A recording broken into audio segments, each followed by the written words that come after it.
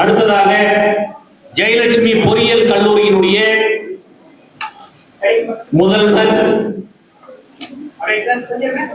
கல்லூரியினுடைய தாளாளர் இணைந்து நீர்நிலை பாதுகாவலர் விருதை பெறுகிறார்கள்.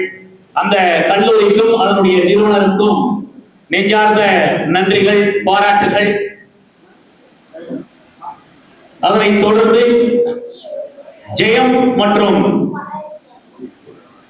ஜெயம் கலை மற்றும் அறிவியல் கல்லூரியினுடைய செயல்பாடுகளுக்காக நீர்நிலை பாதுகாவலர் விருதை பெறுவதற்காக அக்கல்லூரியினுடைய முதல்வர் மரியாதைக்குரிய ஐயா அவர்களை மேடைக்கு வருமாறு அன்போடு அழைக்கின்றோம்.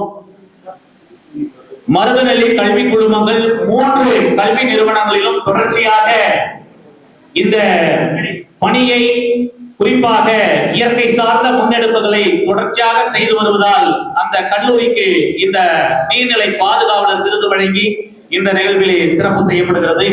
மகிழ்ச்சி. அடுத்ததாக இந்த நிகழ்வில் கலந்து கொண்டிருக்கின்ற மரியாதைக்குரிய மேனாள் நாடாளுமன்ற உறுப்பினர் மருத்துவர் இரா செந்தில் ஐயா அவர்கள் வாழ்த்துரை.